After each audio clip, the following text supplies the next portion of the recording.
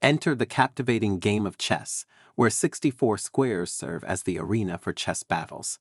Find out the fascinating plays that create this classic game, from regal kings to cunning pawns.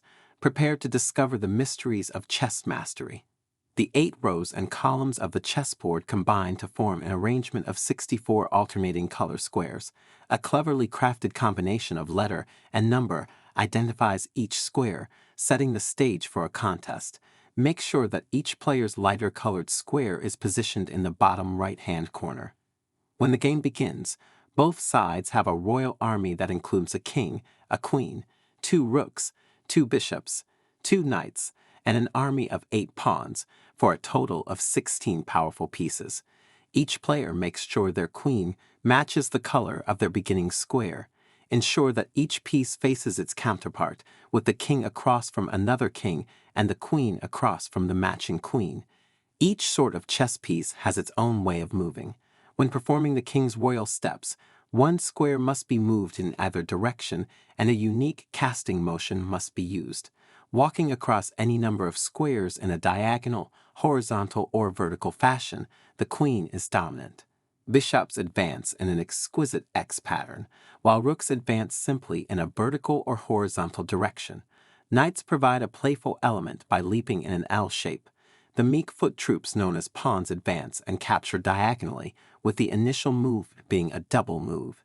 The dynamic essence of chess is defined by the attractive melody of strategy created by these pieces when combined. The humble pawn, upon reaching the other end of the board, becomes a strategic force to be faced with through the fascinating tradition of pawn promotion.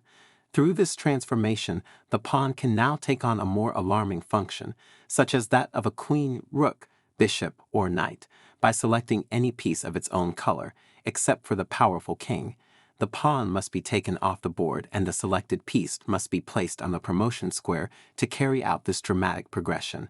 The mysterious en passant move, which involves a pawn moving 2 squares forward from its initial position and an opposing pawn capturing it as though it had only traveled 1 square, adds a subtle tactical twist.